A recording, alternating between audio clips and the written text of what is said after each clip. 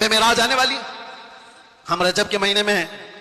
اس مہینے کی ایک رات 26ویں رجب اور 27ویں شب کیا ہوا تھا؟ مصطفیٰ کریم صلی اللہ تعالیٰ علیہ وسلم کی معراج کا وہ واقعہ ہر سال سنتے ہو. ہوا کیا تھا؟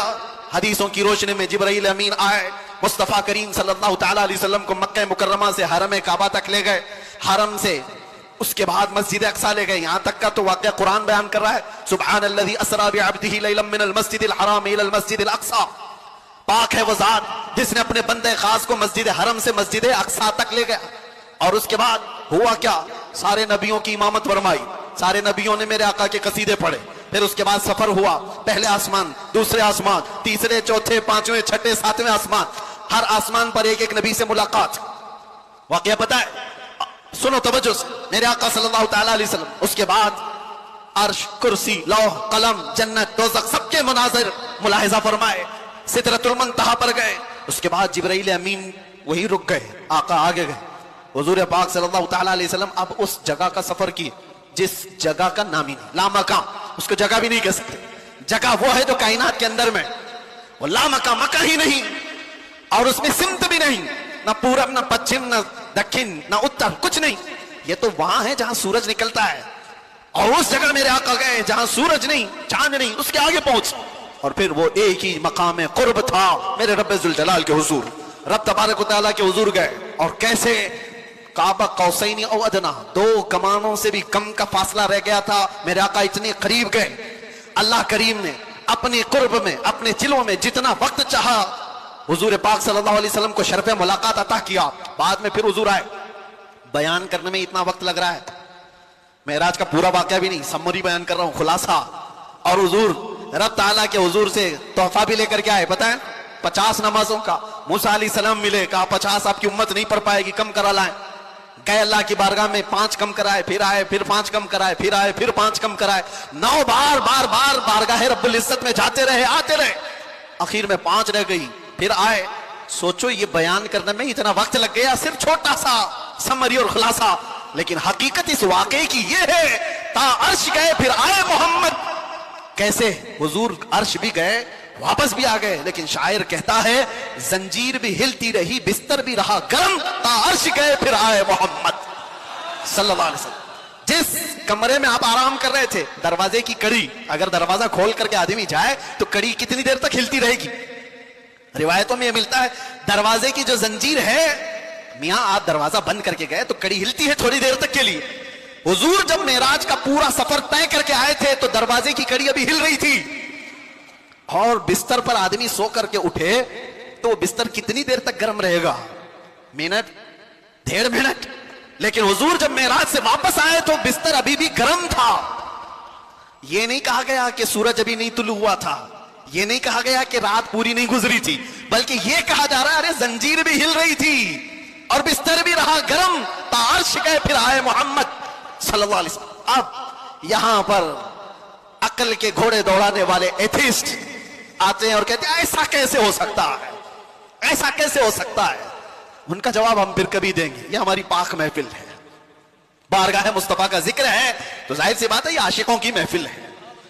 جب پاکھنڈیوں کی ہوگی تب ان کو جواب دیں گے. تم سائنس کے وجود پر یقین اور ایمان رکھنے والے لوگ, پہلے تو تم یہ بھی نہیں مانتے تھے کہ بندہ ایک جگہ سے 2000 کلومیٹر کا سفر 1 گھنٹے میں کر سکتا ہے. آپ کہتے ہیں ایسا کیسے ہو سکتا ہے؟ آج تو مانتے ہو راکٹ سے کر سکتے ہیں, پلین سے کر سکتے ہیں. ارے آج تو ناقابل یقین ترقیاں چین اور جاپان کر چکے ہیں, وہاں تو ٹرینیں ہی پلین کی رفتار پکڑ چکی ہیں. آج تو ایسی ایسی ترقیاں ہیں کہ آدمی پوری دنیا کو 1 سیکنڈ میں دیکھ رہا ہے, ادھر سے ادھر بہت کچھ ہوتا جائے گا. ان سب پر ان کو یقین ہے, ان سب پر یقین ہے, لیکن جو بات میرے مصطفیٰ کریم صلی اللہ علیہ وسلم کی جا رہی ہے اس پر یقین نہیں ہوتا. ان کو جواب عقل سے دینا ہوتا ہے, اس لیے یہ محفل الگ ہے, عقل سے دیں گے. آج میں آپ سے کہتا ہوں یہ ساری باتیں اگر تمہارے ذہن میں آتی ہیں کہ ایسا کیسے ہو سکتا ہے, اتنے شارٹ ٹائم پر یہ سارا وقت کیسے مینیج ہو سکتا ہے. بعض لوگ اس کو ٹائم ٹریول بھی کہتے ہیں, یعنی وقت کو گھیر دینا اور بہت کچھ کام ہو جانا. اللہ تبارک و تعالی وقت کا مالک ہے, وہ جس کے لیے چاہے وقت کو پھیلا دے اور جس کے لیے چاہے سمیٹ دے. اور اب میں جو بات بتانے جا رہا ہوں، میں نے کیا کہا تھا؟ وقت رسول اللہ کی ذات. میں نے یہ جملہ کہا، سنیے، معراج کا یہ سارا سفر ایک چھوٹی سی مثال میں دے دوں. ایک چھوٹی سی مثال میں، گھڑی لگی ہے سامنے، لگی ہے 12:30 بج رہے، ہم 25 سے ابھی 26 میں آ گئے. گھڑی چلتی ہے، اس کے اندر بیٹری ہوتی ہے، پتا ہے نا، سیل لگے ہوتے ہیں، بیٹری لگی ہے، وہ کانٹے چل رہے ہیں. باقی اس گھڑی کا تھوڑی نا کمال ہے. اس گھڑی سے ابھی 12:30 بج رہے ہیں، کوئی اتار کر کے میرے پاس دے دے، میں اس کی بیٹری نکال لوں اور اپنے پاس رکھ لوں. اس میں 12:30 سے 1 منٹ بھی آگے جائے گا، گھڑی وہیں رکے گی. ٹھیک ہے، میں اس بیٹری کو 1 گھنٹہ 2 گھنٹہ 4 گھنٹہ 6 گھنٹہ اپنے پاس رکھوں. 6 گھنٹے کے بعد میں نے واپس اس گھڑی میں بیٹری ڈال دی. گھڑی کیا 6 گھنٹے آگے سے چلے گی یا جہاں رکی تھی وہیں سے چلے گی؟ 12:30 جہاں بجے تھے وہیں سے چلے گی. ایک چھوٹی سی مثال ہے. میرے عزیزو، تم کیا سمجھتے ہو؟ مصطفیٰ کی ذات روح کائنات ہے، جان کائنات ہے.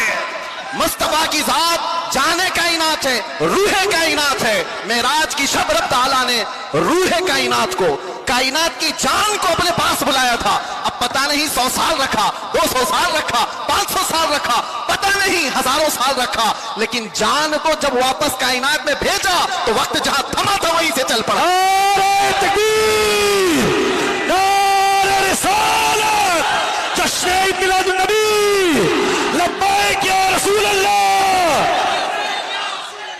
اسی لیے میں نے کہا وقت رسول اللہ کی ذات ہے. وہ اگر تھم گئے تو کائنات تھم گئی، وہ اگر آ گئے تو کائنات چل پڑی. اسی کو ہمارا امام اپنے اشعار میں یوں گنگناتے ہوئے کہتا ہے، وہ جو نہ تھے تو اور وہ جو نہ ہو تو، جان ہے وہ جہان کی، جان ہے وہ جہان کی، جان ہے وہ جہان کی، اور جان ہے تو جہان ہے. جان ہے تو ہاں، اگر وہ نہ ہو تو پھر کچھ نہ ہو. اس لیے میرے عزیزو، وہ ذات اقدس کائنات کا وقت ہے. اسی لیے ہم نے دیکھا جو رسول اللہ کو تھام لیا وہ پورے وقت کا بادشاہ ہو گیا. ہر وقت اس کا ہے، ہر وقت اس کا ہے. ہم تو بہت چھوٹے لوگ ہیں، بہت چھوٹے لوگ ہیں. میں اپنے زمانے کے جتنے مشائخ اور علماء ہیں ان کے طلبوں کی گرد کے برابر نہیں ہوں، لیکن میں نے اپنی زندگی میں تجربہ کر کے دیکھا، دنیا مجھے پہچانتی ہے تو میرے مصطفیٰ کے قدموں کی نوکری کی صدقے، ناموس رسالت کی بات پر، حضور کی عزت پر. اگر مجھ جیسا ناہنجار آدمی اس ذات کی عزت پر بات کرے تو گویا کہ اس نے وقت کو پکڑ لیا ہے. سبحان اللہ. وقت کو پکڑ لیا ہے، اور وقت کو ایسا پکڑا کہ صبح بھی بھیڑ ہے، دوپہر میں بھی بھیڑ، رات کو بھی بھیڑ. اور یہ میں اپنی تعریف میں نہیں کہہ رہا، اسی لیے میں ایک جملہ اکثر کہا کرتا ہوں، ان کی بات کرو ہر دل پہ راج کرو. وقت وہ ہے میرے عزیزوں، 24 جائے، 25 جائے، 26 جائے، زندگی بھی چلی جائے، لیکن اللہ تمہارا نام مردہ ہونے نہیں دیتا. ہاں، ایک بات یاد رکھ لو، جو پٹاخے اڑانے والے تھے ان کی بھی اڑ گئی، اور جو میرے مصطفیٰ کا پرچم بلند کرتے رہے، دنیا ان کو 1000 ٹکڑوں میں بھی کاٹ دے، لیکن ان کا نام اللہ تعالیٰ بچے بچے کی زبان پر زندہ رکھتا ہے. کیا ہمارے زمانے سے، ہمارے دور میں امام شرف الدین بوصیری ختم ہو گئے؟ کیا سعدی شیرازی ختم ہو گئے؟ کیا ہمارے زمانے میں حافظ شیرازی، ملا عبد الرحمن جامی ختم ہو گئے؟ یہ وہ لوگوں کی بات میں کر رہا ہوں جو دربار رسالت کے قصیدہ خان لوگ تھے، حضور کی تعریف میں، مدح سرائی میں مگن رہنے والے لوگ تھے. اسی لیے میرے عزیزوں، میں ایک بات کہتا ہوں، میرے آنے سے پہلے مجھے اصلاح کے لیے بھی کرنا تھا. ظاہر سی بات ہے، ہمارا پورا جلسہ ریکارڈ ہوگا، کل کو اس کو اپلوڈ کریں گے کہ کلپ کاٹیں گے، لوگ اس پر اعتراضات کی بوچھار اور اس پر اپنا تماشا الگ، جو کچھ بھی ہوتا ہے. لیکن وضاحت کے ساتھ کہتا ہوں، ناظم صاحب، آپ نے مجھے بلانے سے پہلے بہت سارا وقت برباد کیا اس وجہ سے کہ ہم نہیں ہیں اس محفل کی تعریف کرنے کے لائق. اتنا وقت اگر میرے مصطفیٰ کی تعریف کرتے تو رحمت کے فرشتے اتر رہے ہوتے. سبحان اللہ.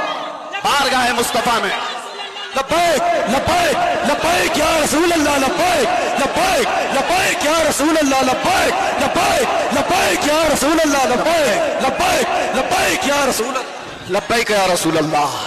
بارگاہ رب العزت میں دعا یہی ہے کہ رب تبارک و تعالی ایرے غیرے نتو کھیرے کے لیے زبان کھلنے سے بچ